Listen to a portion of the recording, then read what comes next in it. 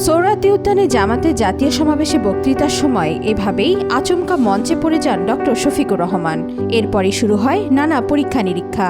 এরই ধারাবাহিকতায় বুধবার রাজধানীর একটি বেসরকারি হাসপাতালে তার এনজিওগ্রাম করা হয়। তার হৃদযন্ত্রে 5টি ব্লকের অস্তিত্ব পাওয়া যায়, যার মধ্যে 3টিই মেজর।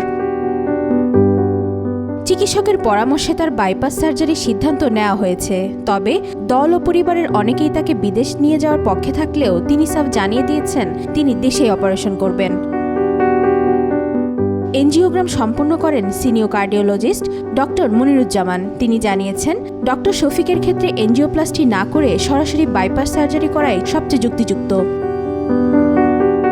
দলীয় কেন্দ্রীয় নেতা জানান, প্রাথমিকভাবে তাকে সিঙ্গাপুর বা অন্য কোনো দেশে পাঠানোর পরিকল্পনা করা হলেও শফিকুর রহমান এটি নাকচ করে দেন। তিনি জানান, দেশের চিকিৎসকদের উপর তার পূর্ণ আস্থা রয়েছে, তাই দেশেই জরুরি ভিত্তিতে তার বাইপাস সার্জারি করার সিদ্ধান্ত নেওয়া হয়েছে।